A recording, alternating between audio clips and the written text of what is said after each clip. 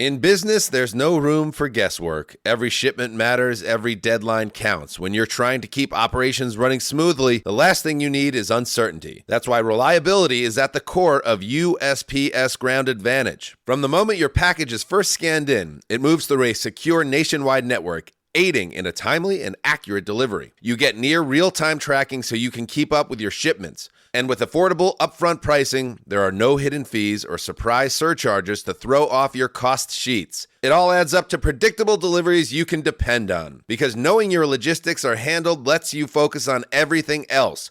Your customers, your team, and the future you're building. Visit USPS.com/Ground Advantage to start shipping with confidence. USPS Ground Advantage. We mean business. Spring is finally here, and it's that time of year when plans start becoming real. Trips are getting booked, the calendar is filling up, and the energy is shifting. Make this season count. By starting right now, you'll hit summer already feeling more confident speaking and understanding a brand new language. Whether you're prepping for a dream vacation, reconnecting with your family heritage, or just finally checking learn a new language off your bucket list, Rosetta Stone is the way to go. They've been the trusted leader in language learning for over 30 years because they skip the boring stuff. There's no memorizing random vocabulary lists or leaning on chunky translations. Instead, their intuitive method helps you naturally absorb the language by connecting words and visuals to real-world meaning. It's about learning in context, the way language was actually meant to be learned. As a trusted expert with millions of users, Rosetta Stone offers 25 different languages, including Spanish, French, German, Japanese, and more. It really is the ultimate tool for genuine growth. Ready to start learning a new language this spring? Visit rosettastone.com/rs10 today to explore Rosetta Stone and choose the language that's right for you. Go to rosettastone.com/rs10 now and begin your language learning journey.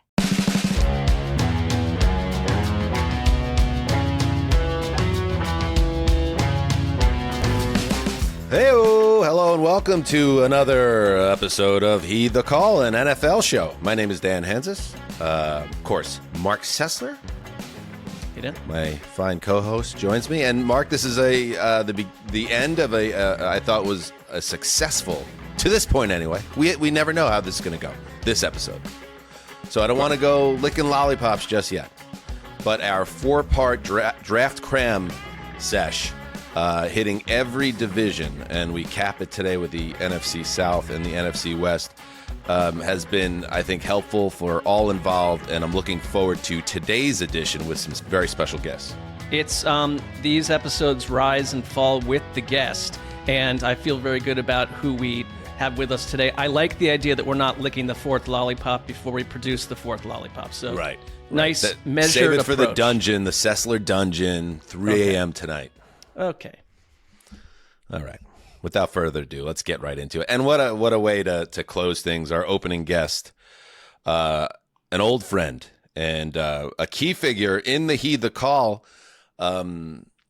journey, the man that helped get us set up after our departure from NFL media, and he is still killing it over at Underdog, where he's kind of like the Grand Poobah of both fantasy. Let me just say, Josh. I think it's right. Grand Poobah. With Hayden, of course, of the draft coverage and also the fantasy coverage. And now we're lucky enough to have you to break down the NFC South division. Josh Norris, welcome back. I am only here for a sneak preview of the Marc Sessler mock draft spectacular. So, Mark, whenever you want to send those 32 picks in my direction, I can just log off and I can be done for the day. It's under lock and key at the moment. But as we discuss the four teams in the NFC South, as we will today, maybe a few little kernels of where my mind is going will be released. And while we're here, have Josh, you started this project, Mark? Oh, he has.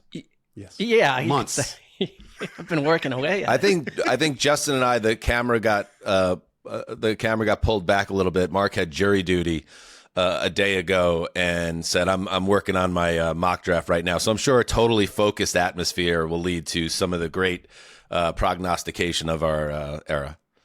Yeah, the life outcome of someone was decided by Marc Sessler figuring out what the Tampa Bay Buccaneers are going to do with the 15th overall pick. Yeah, I call it. It's called versatility. Let's leave it there. So.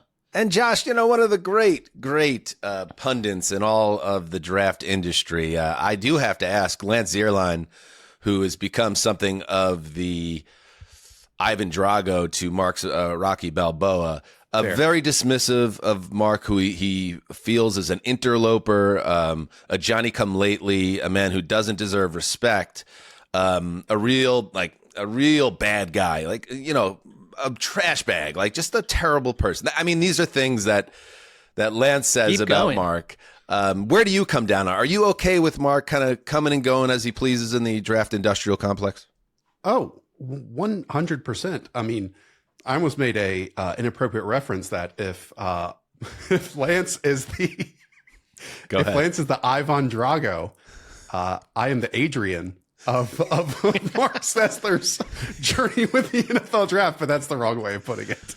Yeah, there's an intimacy there between Rocky and Adrian. I Famously, do believe Josh and I. You ever take Apollo Josh to Creed. the zoo? By the way, How about call me the Apollo Creed? That may be a nemesis at one point, but now we are best pals working through this for the future. but Drago killed Creed. We don't. Well, Yeah, but who that knows only what happens in the future with intensified. me and Lance. Yeah. That only intensified the link between. I mean, that's a good. That the Creed is the right parallel because it wasn't official, but Josh and I did square off with our mocks 1 year. It was quite a while ago. It was in the sort of the foreshadows of this whole contest, but we went head to head as Rocky and Creed. And just as a man of a certain age who knows too much about the Rocky franchise, at the end of their first fight in one, Apollo and Rocky both exhausted after they go the distance.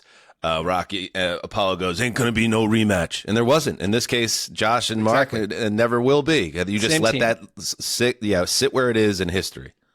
I am the equal level of exhaustion after putting pen to paper on 32 selections as boxers are after 12 rounds of battle. So I feel it. All right, enough of this. Let's get serious. The NFC South. I mean, can we get serious about the NFC South? How about the NFC South starts taking itself a little more seriously? What'd you do, boy? He gave power of attorney to our accountant. I just didn't give anything to... I mean, our one sound up for the Rocky franchise is from Rocky 5 when Paulie loses all of Rocky and Adrian's money and they have to move back to South Philly. We might have to update that. Wow. On it. Thank you, Justin. Check out the Throwback Podcast. Bob and I have had many a conversation about Paulie somehow getting power of attorney privileges turned over. I mean, that felt implausible in a film filled with unlikely situations. Not the first go-to target for that task. Let's start with the Carolina Panthers. Yeah, come on, NFC South. Come on. Let's go. It's time to get up and go. This team was a sub-500 division winner. Lost in the wild card round. Dave Canales is back. Some key additions: Jalen Phillips, Devin Lloyd, Rasheed Walker, Kenny Pickett's in the building. Watch out. John Mechie is here after a cup of coffee with my Jets. David Moore's back. J.J. Jansen, the long snapper's back. We go deep. Key departures: Rico Dowdle no longer in the running back rotation there. Cade Mays, the center. This is a team that needs linebacker, safety, center. And they have the 19th pick in the first round. They pick 51st in the second round, 83rd in the third round, 3 of 6 picks in this upcoming draft. Josh, take us through your thoughts on the Panthers. Well, I would say your direct shot at the NFC South is a direct shot at the division winner. Let's not forget, though, Dan, they beat the LA Rams in the regular season. They beat the Green Bay Packers in the regular season. They were up on the scoreboard with about 2.5 minutes to go in that wild card round against the Rams once again. Very true. I think this is a developing team that now is going to have to face a number one, seeded schedule next year. And that's going to make things difficult. But there were some massive holes in that game against the Rams. I think it showed that they just did not have players, pass rushers that could get them off the field. And so you bring in Jalen Phillips. You have some range there with Devin Lloyd, and maybe you add someone at some point in this draft to help along with that, along with Nick Scorton's development as a second edge rusher. We know Derek Brown up the middle. So I think Dan Morgan has done a fantastic job of filling the holes, and they can maybe add some explosive players on both sides of the ball here in round 1 and round 2. If you look at their defense and what they did this offseason, I think they improved themselves as much as any team in the South.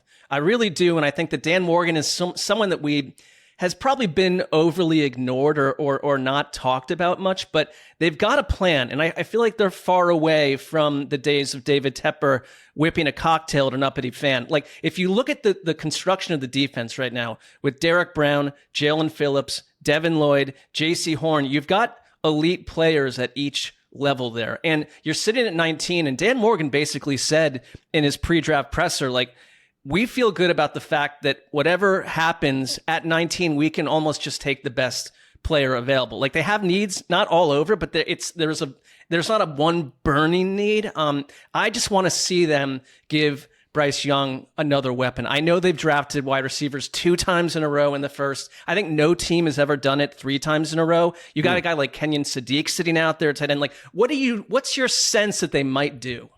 My God, Sessy, you really did not give Jerry Jeudy your full attention at all, because I can tell you've been doing your homework here on the Carolina Panthers. Look out, Lance.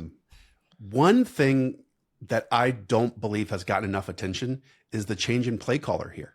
You know, Dave Canales has 3 years under his belt as a play caller, and at the NFL Combine just turned it over to Brad Idzik, Dan's favorite Jets GM son from John Idzik, But what I think is going to happen here is actually, like, over the past 2 years, we have truthfully seen the Panthers head into an NFL season and not understand the best passing concepts for their quarterback. And then they don't figure it out until about halfway through the year. And so doing that from the jump this year would be extremely beneficial. And we have seen the underlying metrics, the statistics would point to Bryce Young actually, when asked to throw down the field, being very, very successful with it. So, Mark, I think Kenyon Sadiq is a really intriguing option. He's kind of a one of one when we look at tight end prospects in this class. But then another one would be Casey Concepcion out of Texas A&M, because the Panthers over the last 2 or 3 years have been among the worst in the league in terms of yards after catch, like a creative player with the ball in their hands to make, their passing game, their quarterback even better. And they certainly don't have a one-to-one player like him on this roster right now. I like the way the Panthers have set up the season. And yeah, the way they closed was very strong. And if you remember, they were just throwing the ball all over the Rams in those games, both the win and the one where they nearly stole one in the wild card round. And bring in Pickett as the backup, which is a nice move. That's a very clear backup quarterback in the NFL. This is not going to be a situation where you would think Canales is going to be tempted if Bryce Young struggles. But at the same time, you want that pole-to-pole season for Young that really puts away any other questions. It's interesting how Stroud and Young will always be grouped together from how things played out in the draft, but they're both in kind of similar situations where this is kind of the prove-it year. So that's where I would like to see them go. Whether that's offensive line help, whether it's another weapon, whatever it is, kind of put this offense in the best position to succeed. And to your point, Josh, a little surprising that they would have the level of success they had down the stretch and then change up their play calling and potential, some elements of their scheme. But maybe they have an idea a plan that we don't see yet. So we mentioned pass catcher. And again, Casey Concepcion would be my favorite pick there, or Kenyon Sadiq. The 2 other spots I could see them attacking would be offensive tackle. We know about Ike Ekwonu having that significant knee injury in the playoffs. They did bring in Rasheed Walker, who I would say is kind of a fill-in here. He has his own injury stuff, and that was a deal that everyone expected him to get, north of $15 million per year, and it's down to $4 million for a 1-year rental. And then obviously on the opposite end, Taylor Moton isn't getting any younger. So offensive tackle could be a potential, or like a deep safety, a Dylan Thieneman type out of Oregon to kind of pair perfectly with Trevon Moehrig, who is more of an in-the-box, attacking, up-the-field player. And so if you have those 2 corners, and Mike Jackson had a fantastic year, we know what J.C. Horn can do, along with like a single high, deep roaming, downfield type like Thieneman, that is a pretty cool trio to cover a lot of ground. All right, let's move on to the team that most people thought a year ago would be playing and representing the NFC South in the playoffs, but it didn't work out that way for the Tampa Bay Buccaneers, who, after a hot start, finish 8-9, same record as the division winner, but they lose out on tiebreakers. They miss the playoffs. Todd Bowles is back. A little bit surprising to some people, or maybe just me, but he is back. They add Alex Anzalone, Kenneth Gainwell in the backfield, Ashawn Robinson. They bring back Cade Otton, the big name, obviously. Key departures, Mike Evans, also Huge. Levante David, retired, Jamel Dean. So this is a team that picks 15th in the first round, 46th in the second round, 77th in the third. One of 7 draft picks in this class. Man, let's start here, Josh. The Mike Evans of it all. It's kind of and the Levante David. It is a changing of the guard while keeping Baker Mayfield, while keeping Todd Bowles. You're keeping elements of the franchise in place while other big parts of it fade away. That's exactly what I was going to say, that the identity on both sides of the ball over the last 5-10 years has totally shifted in just one offseason. So from that regard, I mean, Emeka Egbuka kind of had a reverse rookie season in that his numbers were fantastic in the opening 8 weeks of the year, then really tailed off in the final 8 weeks. Chris Godwin came back, didn't look like Chris Godwin at all. They have to step up, right? Bucky Irving missed a massive portion of the season. We all remember how electric he was during his rookie year, creating on contact, winning outside of it, and creating those explosive plays. And they already made a play calling change as well. I believe Zach Robinson, now from the Atlanta Falcons, is their play caller too. So that's all set on offense. And on defense, this team desperately needs another outside pass rusher, and they barely added outside pass rushing help to go along with not replacing Levante David. So Jason Light, who I feel, Mark, is one of the best GMs in the NFL right now, has a lot to do in just one weekend of the NFL draft. Yeah, we haven't really seen them shift this way roster-wise in a while. They've been very consistent. Like, they've had veterans that have stuck around. Todd Bowles has stuck around. I just got to believe that, like, if Todd Bowles is your coach, it's because you want him to orchestrate a defense that takes out opposing quarterbacks, and they just feel real light there. I wonder if if you're Todd Bowles, it's like, I need defensive help to probably keep my job. And from the other side of it is, we watched this offense fall apart. The whole team fell apart down the stretch. Like, you can't have it happening on the Todd Bowles defense as well. That said, like, they're a little light at wide receiver, and it's going to be really interesting to see, Josh, like what happens with this wideout class, and also like a Kenyon Sadiq, who's sitting here at 15, because you don't want it to go to the Panthers. You want to steal that guy away from them, but also fortify a wideout group that does not look the same right now. Yeah, I think Chris Godwin just has to get back to 90, 85% of what he used to be. Like, he was moving fine, I felt, last year, but he was just uncharacteristically dropping these passes that he would previously haul in. I do wonder, Mark, and you know this from watching Baker with the Browns. I mean, he is the NFL season is so long quarterback out there, in that, like, in the first 6-8 weeks, we might have him mentioned in the fringes of MVP conversation. And then when things start going bad, they kind of snowball a little bit. He drops his eyes. He gets banged up. That playmaker mentality doesn't exactly work when he thinks he's the best athlete out there on the field. And, you know, he's not. Then you have negative plays that come from it. I kind of wonder if this team says, okay, rather than try to replace Mike Evans, rather than put more and more and more in the stuff on Baker Mayfield, why don't we just make our offensive line one of the best in the NFL? We kind of already have that with Tristan Wirfs, who was banged up a bit last season, but still one of the best left tackles in the league.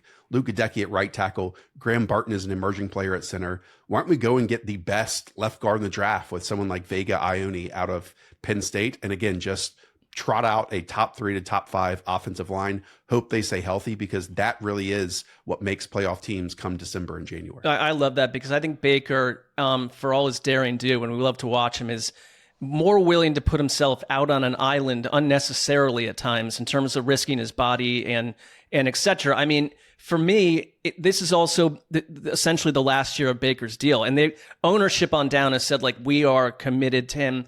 We want to pay him. He's going to get a big contract. Nothing derails that, but he is coming off like a tail end to a season that raises more questions after a startling start to the campaign last year. It's like they fell off a cliff, and Baker was part of it. He wasn't alone, but I love the idea of keeping him upright, because he'll play through injury, but we don't want to see that. No. Yeah, and I think you mentioned Josh, you need a bounce back from Godwin. Mike Evans is gone. Also, Egbuka had a kind of strange rookie season where about 6 weeks in, and the fantasy heads know it for sure, you thought you had, 2003 Anquan Bolden. That's a deep pull for those that know, as a rookie who immediately is a major difference maker. And then he really faded in terms of their offensive game plan and lost some of his confidence, it appeared. So you need the first 6 weeks of Egbuka. You need Chris Godwin to be the old Godwin. You need Kate Otten to be a playmaker in this offense. And I guess the other thing is like the churn at play caller.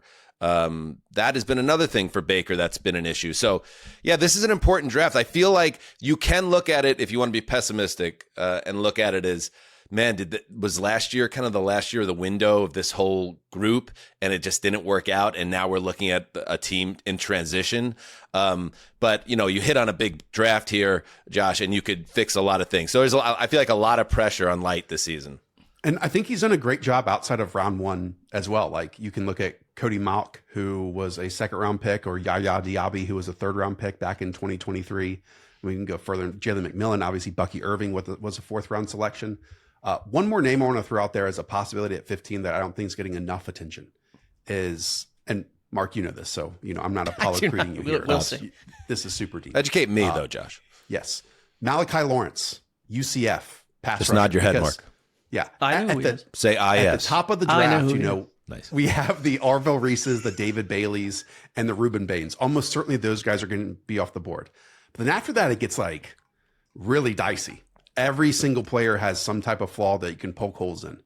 And I understand that at the start of this process, draft experts like Mark maybe didn't put Malachi Lawrence, in the middle of round one. But if you go to the NFL Combine and he's a freak athlete, or maybe Mark was the only one that did this, And I just think this is the top of his range where these teams say, look, I brought in Al-Qadim Muhammad opposite Yaya Diaby, and that's all I have. And we can't get these guys in for agency. So Lawrence reminds me a lot of Odafe Owe in terms of these like second phase sacks, these chase down sacks, because of his pure athleticism. And we know that's the vast majority of when those plays happen are the 4 or 5 second passing plays. And so I just want people to keep Malachi Lawrence on the radar here. Mark made all the same points to me over omelets the other day. So, yeah, he's I'd like to hear it confirmed, though. Yeah. Let's move on to my favorite team in the NFC South, the Atlanta Falcons. Always a blast to see what the Falcons are up to. And here is a anonymous NFL executive recently to The Athletic on the Atlanta Falcons' moves and free agency. There is nothing about what they have done that I can say that makes sense. All right, so with that said, let's get into it. Kevin Stefanski goes from the Browns to the Falcons. Incredible. Another team that finished 8-9 but missed the playoffs on tiebreakers. Tua obviously is in the building. Jahan Dotson, wide receiver. Austin Hooper, tight end. Nick Folk, I'm upset the Jets let Folk get away. Was rock solid as the kicker last year. Chris Williams, defensive lineman. Aziz Ojolari is there. Kyle Pitts re-signed.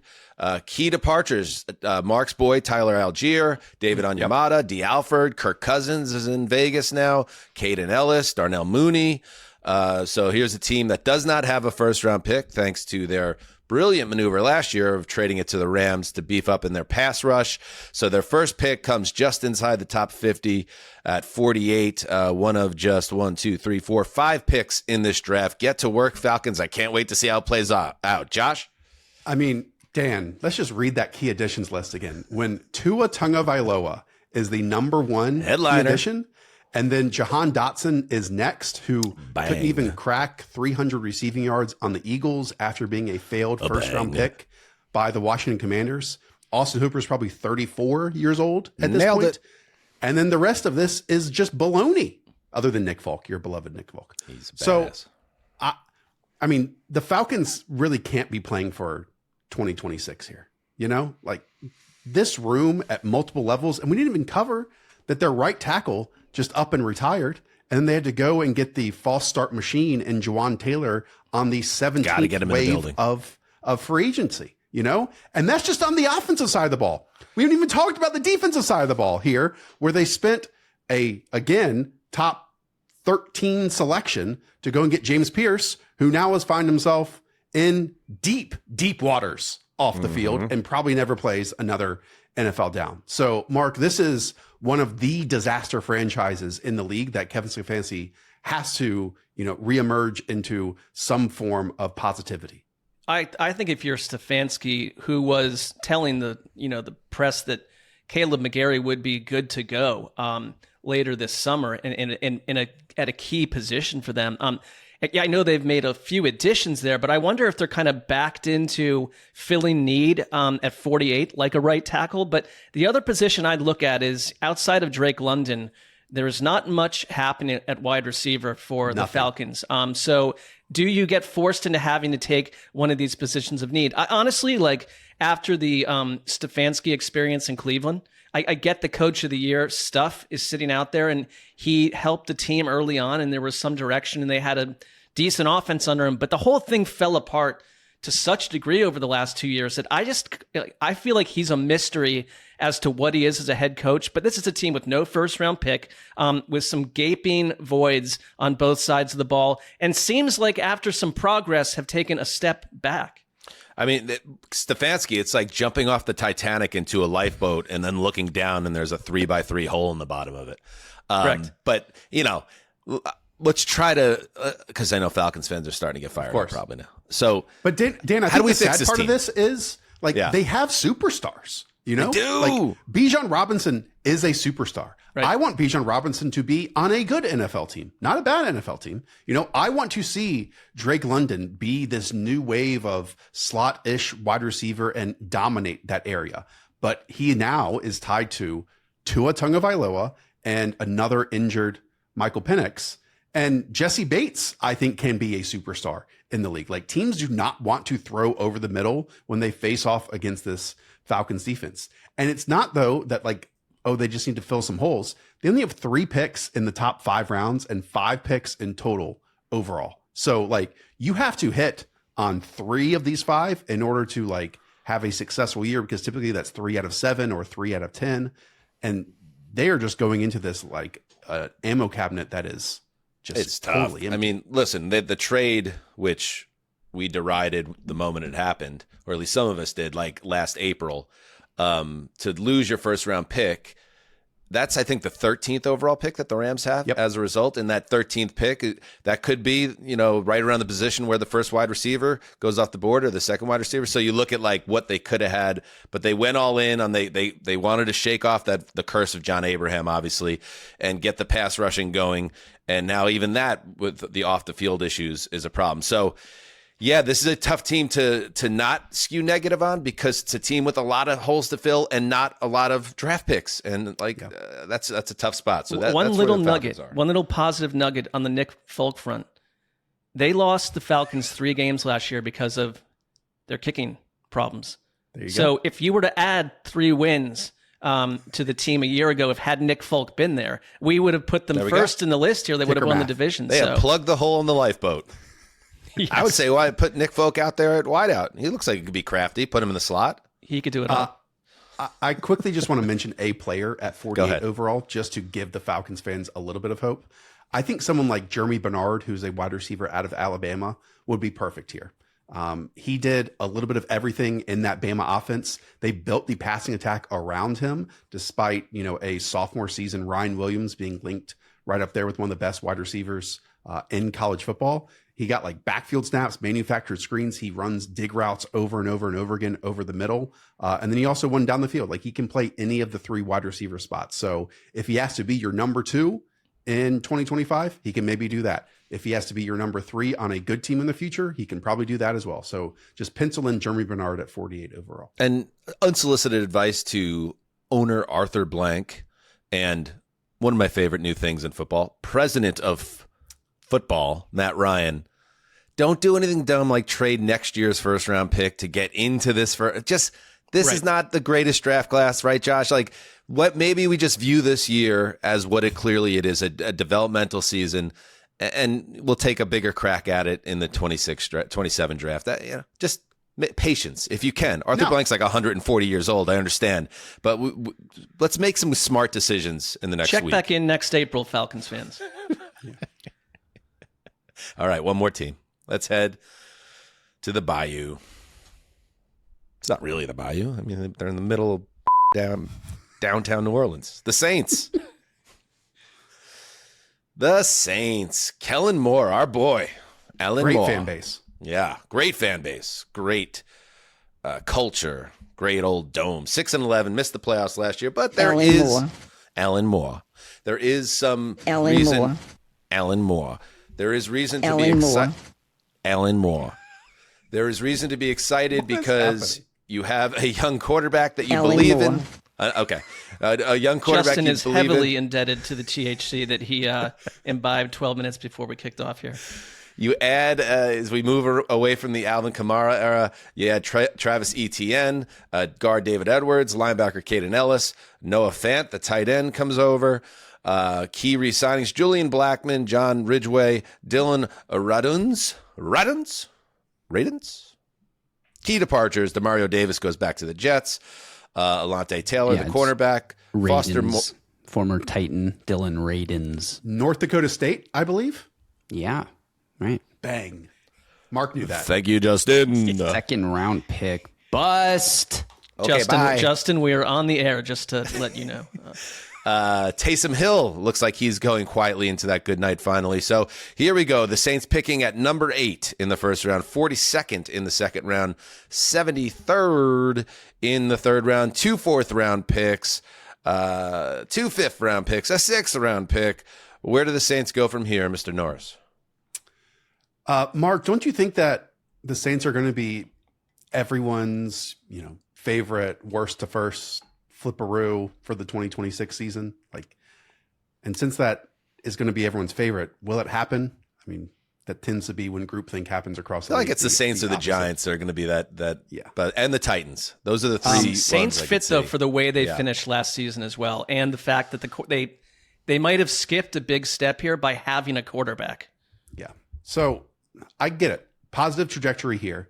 I really like Kellen Moore as a coach. And they were feisty early on despite not winning games. And then when Tyler Shuck came in, he played like a 26-year-old rookie should play, in that this didn't look like necessarily his rookie season with as many growing pains as others. The number one standout thing, though, on offense is the Alvin Kamara era is kind of over despite him still being on the roster. And you signaled that with bringing in Travis Etienne.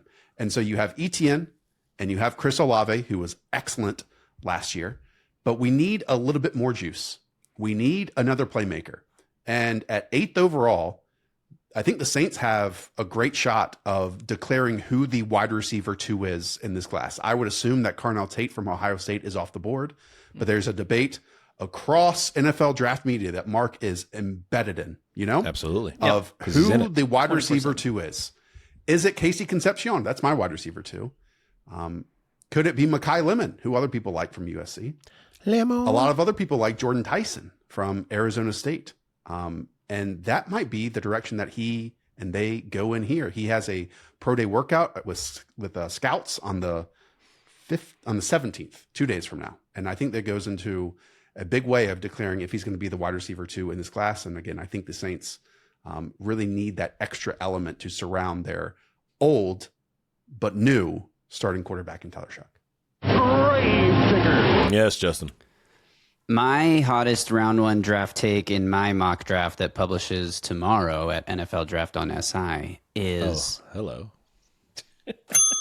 The Saints take Mekhi Lemon 8th overall. Okay. I think they do it. I think Tate's gone. If it's not to the Browns, it's to the Commanders. And then I think the Saints make Lemon a top 10 pick. I think they do. It's interesting because I feel like I've seen Lemon mocked to the Rams like 758 times. So that would be your move right there.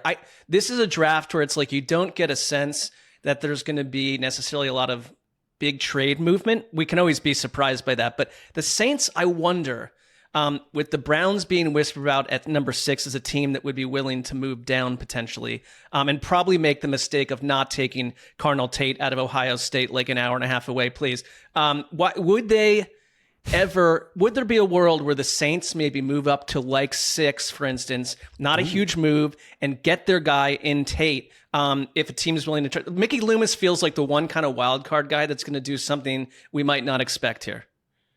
Mickey Loomis in the Sean Payton era would do that all the time. You know, they would always kick the can with these future picks just to move up a couple spots. And it was very, very hit or miss if that worked or not. And, you know, we just had that conversation on the offensive side. The defensive side, they're going through an identity change here as well. You know, Cam Jordan right now, not in the building. Demario Davis back with the New York Jets. And he was a focal point of the defensive side here. We know about the Marshawn Lattimore trade a couple years ago. So this is like a whole new world that we're entering with like Chase Young as the figurehead of this Saints defense. If Reuben Bain, the edge rusher out of Miami, falls, maybe he is the pick here at 8th overall. So that's the 2 picks and spots I'm looking at here, Dan, is wide receiver or edge rusher. Yeah, I think wide receiver makes so much sense. You have Olave, who's playing on his 5th-year option, and given his health issues and kind of the up and down nature of his tenure, it's fair to wonder what his long-term future is. So, and you really love this young quarterback, Shuck. So I think it makes a lot of sense for them to make that play. I think there's also, like, I think the Jets are another team, Mark, that could move, potentially trade out of their current pick to get a little further back, maybe in the top 10, and then go get a wide receiver. So I think that wide receiver race is going to be very interesting. And then AJ Brown kind of looms over all of it, right? Because I still think there's a very good chance he could get moved in the next week. And in that case, that eliminates one of the teams from the mix that need that particular position filled. I know this isn't a Jets podcast, even if it maybe sometimes always is a Jets podcast. It can veer into that. Check out the subreddit. I could see the Jets, Dan, moving up from 16. You know, like, I don't think that's discussed enough. Like, they have so many of these or picks. move up. Yep. Right. So they can stay at number 2 and get whatever edge rusher they want. And then at 16, you can kind of just give up like pick 33 in a way, which I know is a big deal, but they already have another 2nd-round pick on top of that to move up and like get maybe both Arvell Reese / David Bailey and then Carnell Tate at number 6 overall. So like you get that's going to cause number a problem. 1 edge rusher and you get the number 1 wide receiver in this draft class. It will be slightly fatal to the springtime episodes of the show when Carnell Tate winds up on the Jets after the Browns trade into the netherworlds to do nothing of note. But it won't be boring. All right, Josh, you've said it all. Where can they find you? Where's the content to check out at this pivotal time of the NFL calendar? Yeah, if you search NFL Draft, Josh and Hayden on YouTube, we have like 35, 38 prospect profiles that are like 8 to 10 to 12 minutes long on all these wide receivers and running backs and quarterbacks and tight ends, and obviously plenty of mock drafts next week. Grading each 1st-round pick immediately after round 1 as well. So just if you have nothing to do and you're up on adrenaline after that round 1, come check out our channel and watch us until about 2:00 in the morning, which is actually when my 4-month-old son gets up. So. Yes, and congratulations. Absolutely. On fatherhood. And I guess just to close the thread here, before Apollo was savagely killed in the ring by Drago, in 3, he helped Rocky get the Eye of the Tiger back to win his rematch against Clubber Lang. So in that role as Mark's de facto trainer, is there anything to say before the big Lance showdown? Mark, you have my number. I'm here for you whenever you need it. If there's a certain training regimen that you need updated, I can probably help you out with that too. I'm gonna use your assistance because my plan please is don't. to I've got devastate enough going the on. competition. Like, really, if we're being honest, please don't. Don't call you. Okay. Inspiring, I have no time in the electric. day anymore. Don't Josh Norris, everybody. We'll be right back. All right, we are back. Incredible work from Josh Norris. But, Sassy, like we said, we are closing. We're landing the plane on the NFL Draft Cram Sesh for HTC, and we did it with. We're doing it with our best guests. And here comes another one. Another longtime friend of the show. He is just coming off his 10th season as the play-by-play man for the Los Angeles Rams, and a dear friend, The great JB Long joins us to break down the NFC West. What's up, JB? Zeus, good to see you. I'm fresh off a trip to our neighborhood barber. George the barber sends his best. Love George. Big Chargers fan. Always a little bit of tension between JB and George over the football allegiances. Yeah, he holds me to account on my fantasy football recommendations. Thankfully, those have faded into the distance, and he's now very curious to hear today's show. I tried to talk him into giving me like a 60% discount on whatever he charges you. I feel like on like a follicle ratio, that only seems fair. Mark, I don't know your opinion on such matters. Well, I just wonder, it's good rapport to chat with the barber while the haircutting is happening. Do you guys spend most of your time just discussing Dan's hair? It is a preferred topic, yes. He actually feels like he deserves some commission for Puka Nakua's luscious locks and maybe the Head and Shoulders endorsement forthcoming. So that's always a topic of conversation. But okay. And to be clear, at Jag's Barbershop in Westchester here in LA, and go there and get your hair done the right way. My personal barber is Brett, who's an actual rock star. So the whole team there is just a lot going on. But and yet we digress.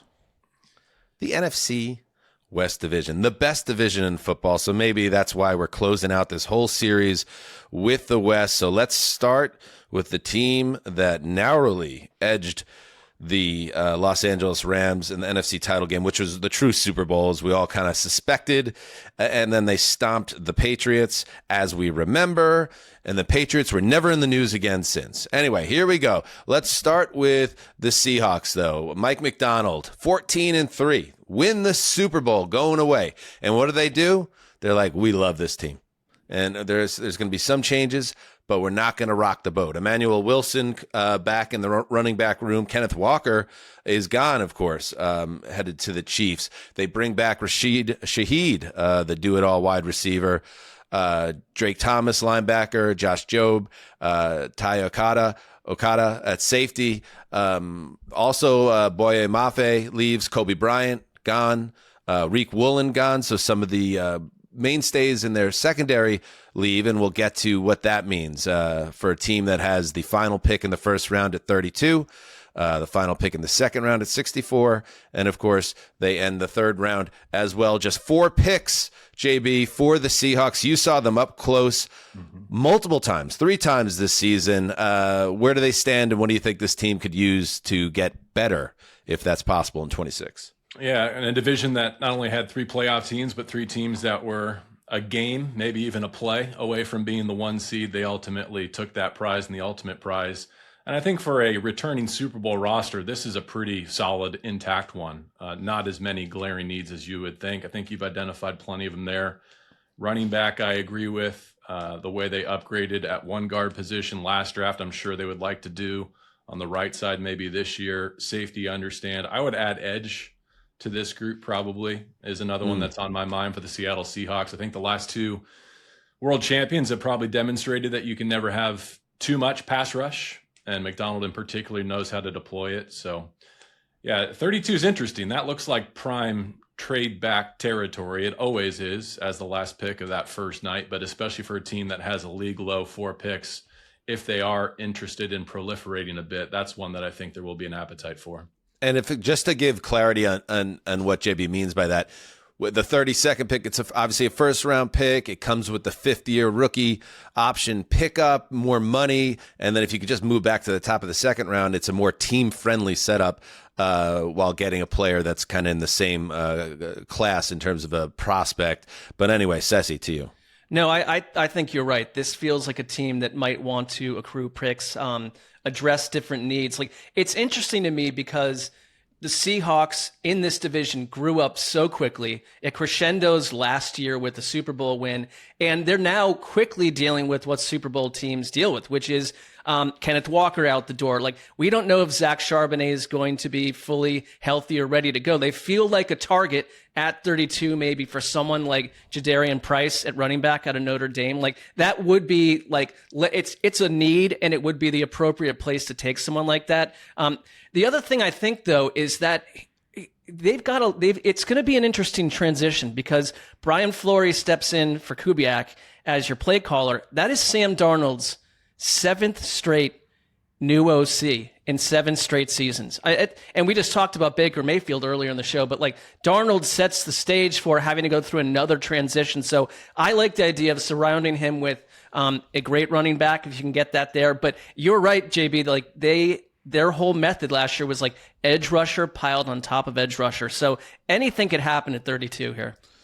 Yeah, I was a little surprised about, they were content with letting Walker leave or okay with it, knowing that Charbonnet might not even play next year. I mean, the timing of the injury suffered in the playoffs.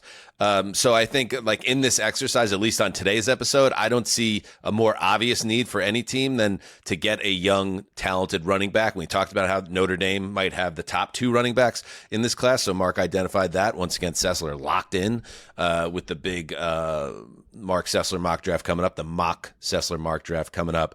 But yeah, they feel in general, JB, locked and loaded with just some tweaks to be made. And let's face it, a brain trust that can be trusted to make the most without a lot to work with.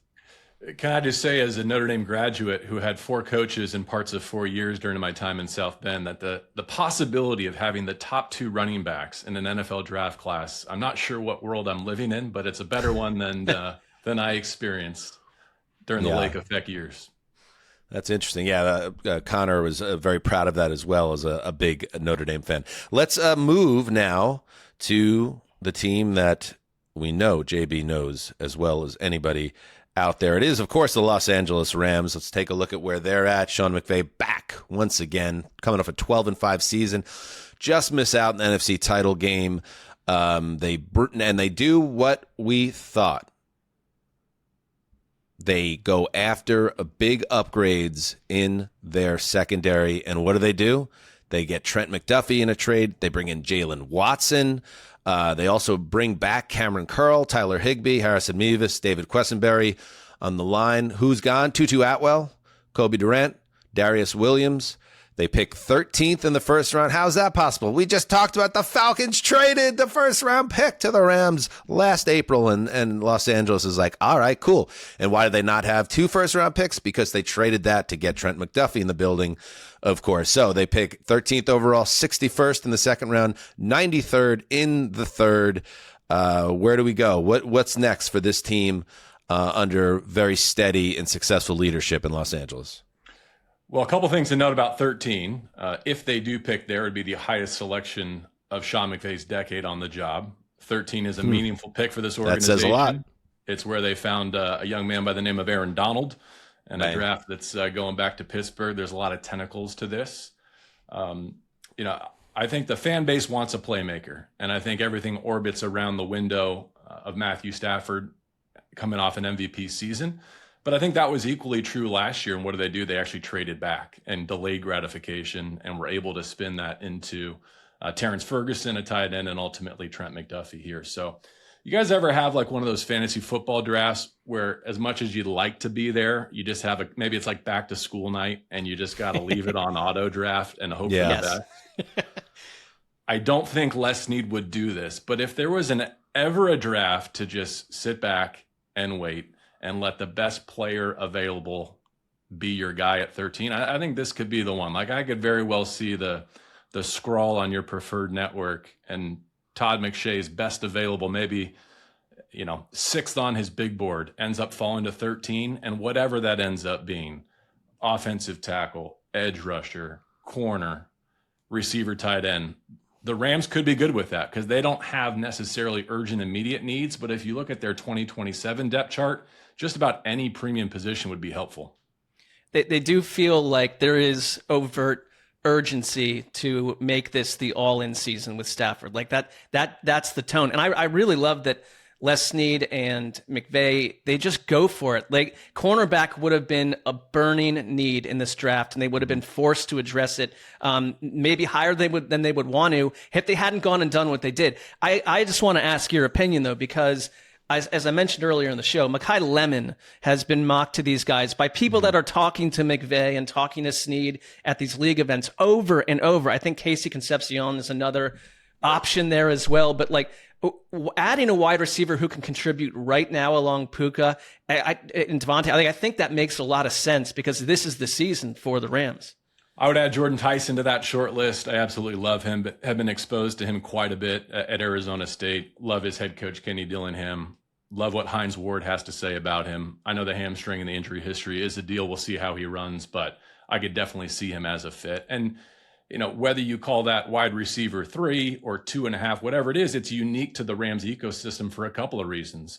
One, because they're playing more multiple tight end sets than ever. 2, because the wide receiver 2 on paper is Devontae Adams, and he played a career low snap count last year for the Rams. And that was a good thing. I think they want to keep as much tread on those tires as they can and platoon skill playmakers, both at receiver and tight end. So if you can have someone come in and make an impact right away in that wide receiver 2.5 role, let's say, that's definitely valuable. I would just caution our fan base I'm not saying the Rams are going to do this, but look at what happened at the tackle positions last year. Like Rob Havenstein goes down in the middle of the season. If you don't have Warren McClendon there playing at an NFL starting caliber level, there is no Matthew Stafford MVP season. There may not even be a trip to the playoffs. And the one game where they were missing Alaric Jackson at left tackle on Monday Night Football in Atlanta, that nearly cost Stafford his MVP and a whole lot more for this organization. So don't think that offensive line depth for any of these contending teams, including Seattle, San Francisco, and Los Angeles, couldn't benefit from investing in their trenches. And one last point on the wide receivers. You mentioned Devontae Adams' age and durability. It's fair to wonder. Puka Nacua has had an eventful offseason, to say the least, and his contract status is going to come into better focus. It would not surprise me, given this, not a gift because they went and they bought it, essentially, this draft pick, the way it falls in this draft class, which could end up with them being in line to take one of the very top wide receivers in this class.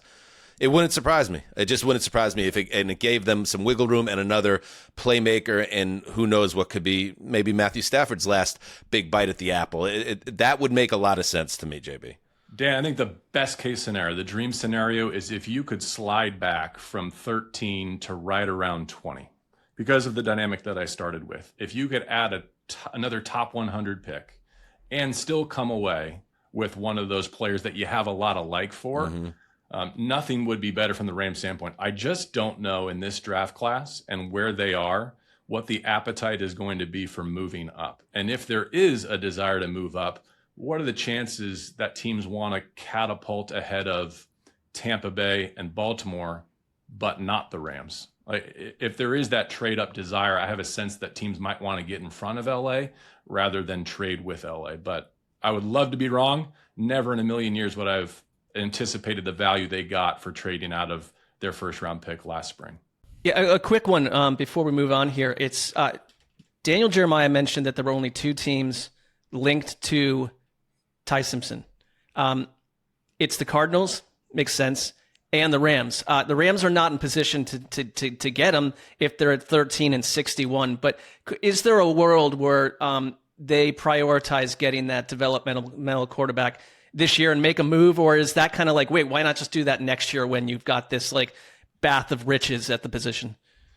Sassy, it's a good question. If that world exists, they haven't invited me to live in it yet, but I wouldn't expect to be included in those plans. I think the lack of a QB2 penciled in on their depth chart currently is an intriguing possibility. We'll see what happens with Jimmy Garoppolo, but if you are trying to anticipate what might the Rams do, I don't hate, as a fan, the temptation that other teams might have to say, are the Rams going to take Ty Simpson here or anywhere else on their board? Might we need to get ahead of a team that doesn't have a fully built out quarterback depth chart yet? I'm skeptical, though, with respect to what we started with, which is this is Stafford's team. They go as far as he goes. And the next iteration of the Rams can wait, because I would say that Stafford has more than just one good year left in him. All right, let's move now to the San Francisco 49ers, another powerhouse in the most loaded division in football. Let's take a look at where they stand. Follow along on YouTube to see things like that. Here we go. Head coach Kyle Shanahan back for another year, 12-5, taken down in the divisional playoffs. They add the veteran Mike Evans from Tampa Bay, Vidarian Lowe, Brett Toth. Drake Greenlaw returns from a 1-year sabbatical with the Broncos. Nate Hobbs is in the building. They bring back Eddie Pinheiro, Jake Tongas at tight end. Kendrick Bourne is gone, as is Jordan Elliott, the defensive lineman. Sky Moore, another wide receiver, out the door. They pick at 27 in the first round, 58th in the second round, no third round pick. So 6 picks overall, including 4. So they have a first rounder, a second rounder, and 4 fourth rounders. Yes, John Lynch has been doing work, and he has some to do because the division is as competitive as any in football. Well, as I've spent most of the last week, grinding over this exercise and preparing for my Heat return ever since Graver extended the invitation, what I was forced to reckon with is just how improved the 49ers are going to be by getting healthy, like what internal free agency, whatever you want to call it, just like replenishing their depth chart from injured reserve. A lot of the players that they had counted on coming back to play the leading roles. The way that I conceptualize this is whatever they don't get at 27 or with their first round pick, offensive line, edge, receiver, I think could be a priority late in the second round. And if they are able to check 2 out of those 3 boxes on days 1 and 2, I think their roster's in great shape and once again set them up to contend. I do. George Kittle tore his Achilles in January. And I think he's going to be the same player at some point here. I don't know exactly what it's going to look like early. I'm not trying to always pair Kenyon Sadiq with every team we talk about, but if he ever fell to the Niners, which seems unlikely to me, that would be an incredible player for Shanahan to work with. And I think at a position where you have no problem if you have 2 of those guys. It's kind of weird because on the Trent Williams contract thing is hanging over all of this a little bit. I look at the Niners and it's like they signed Christian Kirk, which kind of went under the radar for me. They've got Pearsall and Mike Evans. Like I feel like a wide receiver is possible here, like a Concepcion if he falls, or just someone that they can continue to surround Brock Purdy with weapons in a division that is utterly nasty. Yeah, I feel like they could plug you or me in at tight end and still find success under Kyle Shanahan. The tackle part is interesting because I definitely could see them investing in their offensive line. The Shanahan, McVay, LaFleur system is designed to make life easier on offensive linemen and tackles in particular. And I think this pertains to the Cardinals conversation coming up too, where are they looking for a franchise right tackle? Do they want to create a situation where whoever they pick at quarterback next year is set up for success? Whether it's left guard vacated for San Francisco, Trent Williams' age and contract situation, if the Niners are in a position to get that offensive lineman in the first round, again, I think that's one of the areas where they stand to improve, not just this year, but in life beyond Trent Williams. So I do like that JB does not note that Dan could step in at tight end and be productive right out of the gate. Maybe you need some development. I'll handle that one, JB. I think because it was a given I could do it. It was more a question whether you could do it. And then JB himself is just being modest. I think Dan's more like a speed, in the slot type of guy is how I conceptualize. Yeah, but I'm shifty. So, yeah. Just because I'm a white guy, is that what it is, JB? Your words, not mine. All right. Yeah, Trent Williams is a future Hall of Famer and a brilliant left tackle, but they're going to have to figure out a succession plan there. Same thing with Christian McCaffrey. I just keep an eye on those positions as well for this team. Is there, these teams that are run well, it must be nice to root for a team that's run well. They tend to, without people even realizing it, come up with these plans to keep stability. Perfect example, your Los Angeles Rams, JB Long. Aaron Donald, one of the greatest to ever play the game, retires at the peak of his powers, and they almost don't skip a beat because they had a plan that went beyond the present, which takes us to the Arizona Cardinals, a team that never has a plan. What a division to be in for the Cards. Mike LaFleur, welcome to town. Good luck, buddy boy. 2025 record, 3-14. They add guard Isaac Samalo, Tyler Algier, Mark's guy, comes over from the Falcons. Gardner Minshew, QB battle for Minshew and our boy Jake Brisket. Roy Lopez, left tackle. Kendrick Bourne, wide receiver, comes over. They bring back L.J. Collier, Starling Thomas V, Blake Gillikin, Chad Ryland, the kicker, is back. Who leaves? Kyler Murray. He gone now in Minnesota. Jalen Thompson, the safety, Dalvin Tomlinson, the DT. They pick 3rd overall in the first round, 34th in the second, 65th in the third, one of 7 picks, 4 in the top 104 picks. So much work to do here, JB, and like the Jets who pick right before them and the Brownies who pick right after them, it'd be great if there was a blue chip quarterback here, but it's not the case. So where do you go then? Yeah, I feel like we have to reverse engineer this from whatever their plan is at quarterback. Like, what is the 2 to 3 year Mike LaFleur horizon and plan look like? When do they take that quarterback? When do they have designs on finding that franchise quarterback, and how? Are they a Ty Simpson team? Are they a March for Arch team? Do they draw inspiration from the other teams in their division who have found quarterbacks in a variety of ways? Matthew Stafford by way of Detroit, Sam Darnold on his 5th team, the ultimate reclamation project, Mr. Irrelevant in San Francisco. If ever there was a franchise with a new head coach who might come in with a model that's different than let's take our medicine this year and hope to be atop of next year's draft, could I sell you on the Cardinals being that team? Like, there might be another path. Maybe Manning's the best path. But in the meantime, how do they consider their options? Because I'm with you. If Vegas does what we think they'll do and takes Mendoza and your Jets take an edge rusher, then maybe the smart thing for Arizona to do is either take their next favorite edge rusher or figure out the right tackle situation and take their best offensive tackle and wait for next year. But when you're a distant 4th in this division and you have to find a way to find that next quarterback, and you're a franchise that has tried to draft a couple of franchise quarterback and not necessarily struck out, but not arrived at that final destination yet, I'm not sure just repeating the blueprint with a new head coach is the answer.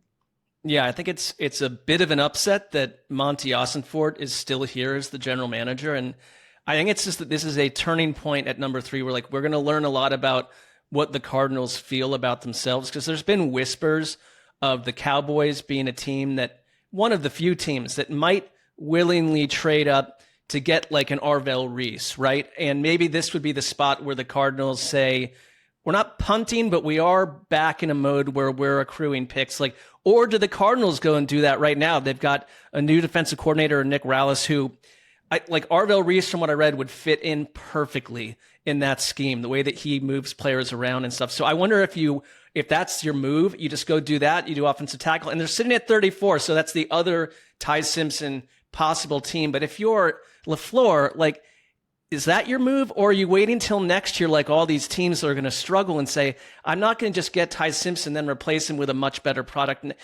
This team to me is a little bit all over the place, not in a good way, Dan. Yeah, and that's been, the story of the Cardinals for so long. I think if you're picking 2 in this draft, you're picking 3 in this draft, with the Titans 4th, who are kind of telegraphing, it seems, correct me if I'm wrong just on that, but it seems like Jeremiah Love is a guy that they might be laser locked on. Is there anybody out there, if you're the Jets or the Cardinals, that will want to get up in front of the team picking 4th? Because the Cardinals are a team that has a lot of needs to fill, and there isn't that game-changing quarterback you could change. So, yeah, we'll see. And maybe you're right, Mark. Maybe they've decided internally, God, we need a savage, dynamic outside linebacker type like Reese, and they'll just stay home and pick him. But I'd keep an eye on the Cardinals, maybe moving out of this pick and trying to accrue as many players. But I also agree with that. I think the biggest mistake teams make, and you see it so many times, the QB needy teams, is they'll rightly identify, okay, next year is when we're going to get our quarterback, but then they can't help themselves, and they end up burning something like a 2nd-round pick or even a 3rd-round pick on a QB, where it's like, yeah, but he has no long-term future for you. Why did you just essentially burn the pick? So having some discipline and going about your business here, because obviously the time is not now for the Cardinals. It might not be next year or even the year after in this division, but you got to start building smartly here. Given what you said, could either of you see a world where they do trade back and accrue picks, but then they solve for the quarterback before next year's draft class? And what I mean by that is, you've kind of touched on the dynamic of LaFleur and his timeline. And if he's, being patient enough to wait a year and take his medicine, then does he want to go into year 2 with a rookie quarterback? Or if they do have an arsenal of picks, might they get in the veteran quarterback market? Remember, this is a guy who's had a lot of exposure to what Stafford has meant to McVay and the Rams lately, who called plays in a Week 18 game with Jimmy Garoppolo against the Seattle defense a couple years ago and had fantastic success. Might he be more urgent necessarily than we're giving them credit for? I think that's I do think Jacoby Brissett can get you through a season. And him and Minshew, I can see them both starting. They're kind of a fun duo, by the way. Not a championship duo, but kind of fun. I mean, Jacoby Brissett is for a football season, Dan. Yeah, I mean, maybe both, but maybe not to build a playoff team. But, they seem like a good hang and they could sling it, It's a good point, though, about LaFleur, because it's kind of like, what have they told him behind the scenes about the patience level? And I don't know if it's an ownership situation where I trust anything that's been said on some level, but LaFleur can't be scapegoated for what happens this year if they don't do something else at quarterback. It might be one of the bigger stories coming out of the draft, because I think that Ty Simpson landing spot will be a major headline. And the Cardinals just feel like if they move around a little bit like that, why not try? Why not try? Build in the trenches. Add some pieces on defense, and then make your play. But I like JB. A team zagging while everyone else is going in the other direction, you could end up being the big winner in it all. So Cardinals are in a long-term planning mindset, or they should be. All right. Well, you've said it all, JB, and you've done it. Huge appearance from you, bringing down the curtain, closing it out, Mariano Rivera style. Thank you very much, good sir. Appreciate the invitation. Graver, good to see you. I hope you get what you want, which is love. And Sessy and Zeuser, have a great offseason. Thank you, buddy. Can't wait to hear you again on the play-by-play for the Rams. Nobody better in the business. Thank you, JB. There he goes. Thank you to JB Long. Thank you to Josh Norris. Thank you to everyone, all of our guests that really drove the conversation on 8 divisions in the NFL ahead of Thursday's a week from now NFL draft. I feel more prepared. We had a little production meeting, Mark, a day ago, and Justin had pointed out that he feels smarter and more educated about this draft after our series, and we can only hope the audience feels the same.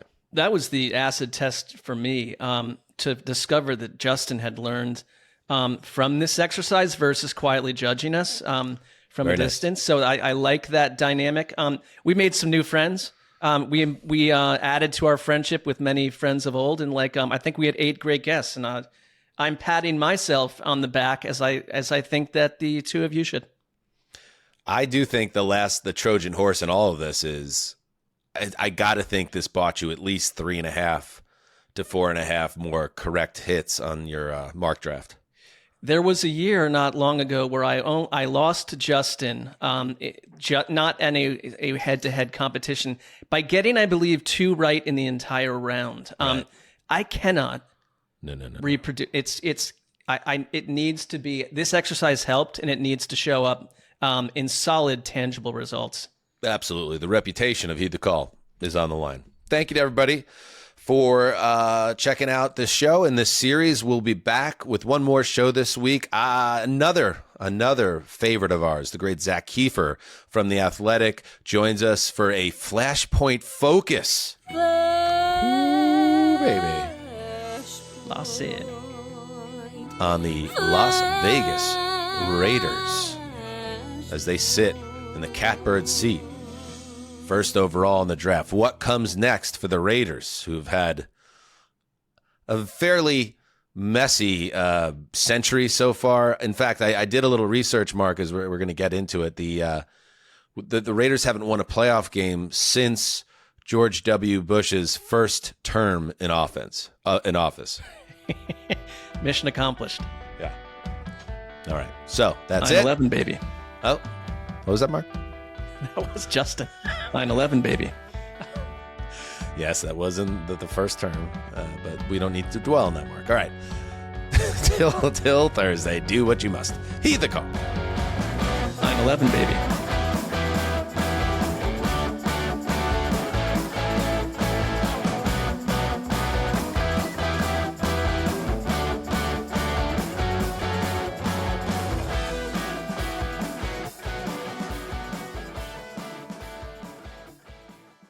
Guys, by now you've heard me talk about Collars & Co., makers of the dress collar polo. They've already sold over 1 million of these amazing shirts. Well, Collars & Co. just came out with the new Maverick Performance Blazer. This blazer is sharp and wrinkle resistant, so you can travel anywhere with it. Just throw it in your bag and it will remain wrinkle-free. It even comes with security zip pockets, a sunglasses loop, and an optional pocket square. So visit collarsandco.com and use code TIKI for 20% off at collarsandco.com. Guys, by now you've heard me talk about Collars & Co., makers of the dress collar polo. They've already sold over 1 million of these amazing shirts. Well, Collars & Co. just came out with the new Maverick Performance Blazer. This blazer is sharp and wrinkle resistant, so you can travel anywhere with it. Just throw it in your bag and it will remain wrinkle-free. It even comes with security zip pockets, a sunglasses loop, and an optional pocket square. So visit collarsandco.com and use code TIKI for 20% off at collarsandco.com.